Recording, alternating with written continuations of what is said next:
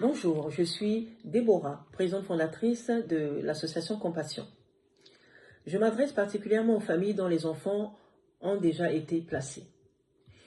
L'objet de mon message est que faire si les droits d'hébergement que vous avez sollicités auprès du juge vous ont été refusés sur la base de mensonges. Je dis bien sur la base de mensonges. Alors là, allez tout de suite au pénal. N'attendez pas un seul instant. Allez au pénal, vous aurez gain de cause. Pour ma part, lorsque ma fille avait été placée, j'étais en visite médiatisée à hauteur d'une heure tous les 15 jours. Et lorsque j'ai appris que les droits d'hébergement existaient, je m'étais rapprochée de l'aide sociale à l'enfance afin de confirmer cette information. Tout de suite, il m'avait proposé de leur adresser le courrier pour qu'ils puissent le transmettre auprès du juge. Effectivement, j'étais confiante. Et 2 semaines après, j'étais tombée de très haut lorsque j'ai reçu le refus de la part du juge par courrier et qui m'expliquait le pourquoi du comment. La cause de ce refus est que l'aide sociale à l'enfance avait menti sur ma personne en disant que lorsqu'ils sont venus prendre l'enfant à la maison, je m'étais farouchement opposée et qu'ils avaient dû faire appel aux forces de l'ordre pour venir m'arracher l'enfant. Voilà ce qu'ils avaient raconté auprès du juge. Mais j'étais tellement dépassée. Je me disais, mais pourquoi est-ce qu'ils ont besoin de mentir? À quoi? Qu'est-ce qui se cachait derrière? Alors, j'étais tellement devenue suspicieuse que j'avais appelé la police de ma ville pour leur poser la question, est-ce que vous connaissez chez moi? Est-ce que vous me connaissez?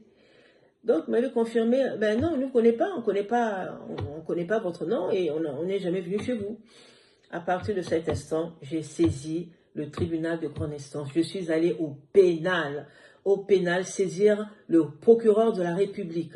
Là, ce n'est pas le juge des enfants, c'est le procureur de la République. Et lorsque j'ai fait appel, 2 semaines après, figurez-vous, j'ai reçu, 1 an après, j'ai reçu le rendez-vous. Et là, lorsqu'on m'accordait la parole, j'ai expliqué le pourquoi du comment. Je dis non, le référent est venu à la maison. Avec l'enfant, on a fait le trajet ensemble, parce que je lui avais demandé si je pouvais les accompagner et qu'ils me déposaient. Comme ça, j'allais profiter encore d'1 heure avec ma fille et qu'il me déposait juste à la gare. Il avait accepté. Donc, du coup, on a fait le trajet ensemble. J'ai profité encore de l'enfant pendant 1 heure. Il m'avait déposé à la gare de la ville où ma fille avait été placée. Et donc, après, il est allé déposer l'enfant auprès de la famille d'accueil. Voilà la vérité. Et donc, j'avais dit au juge, écoutez, appelez la police de ma ville et vous verrez bien, parce qu'ils ne me connaissent pas. Ça ne s'est jamais passé ainsi. On a fait le trajet ensemble. Et 2 semaines après, j'ai reçu la réponse. J'avais reçu la réponse et les droits d'hébergement m'avaient été accordés.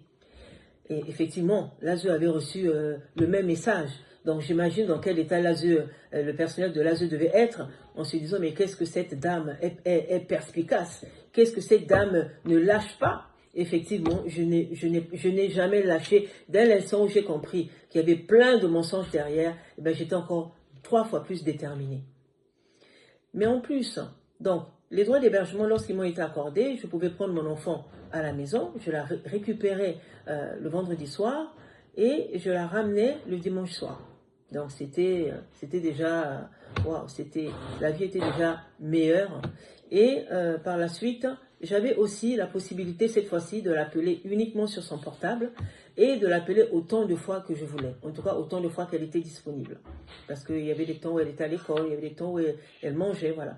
Donc, le reste du temps, je pouvais la joindre à tout moment.